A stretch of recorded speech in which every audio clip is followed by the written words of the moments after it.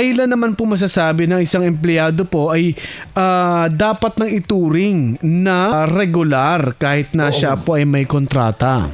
Doon po sa decision po ng Supreme Court in a certain case po, yung fixed term employment, inaalaw po ni Supreme Court na hindi maging regular yung isang employee if the time limitation po is necessary.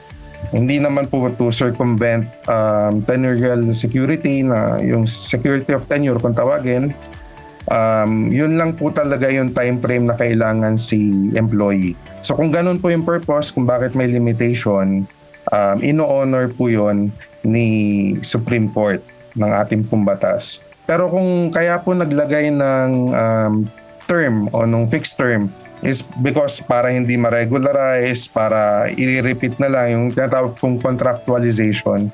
Kung ganun po, hindi po mag-hesitate ang batas, ang ating pong Korte Suprema, na i-declare po na void yung limitation and ituring pong regular employee si employee po.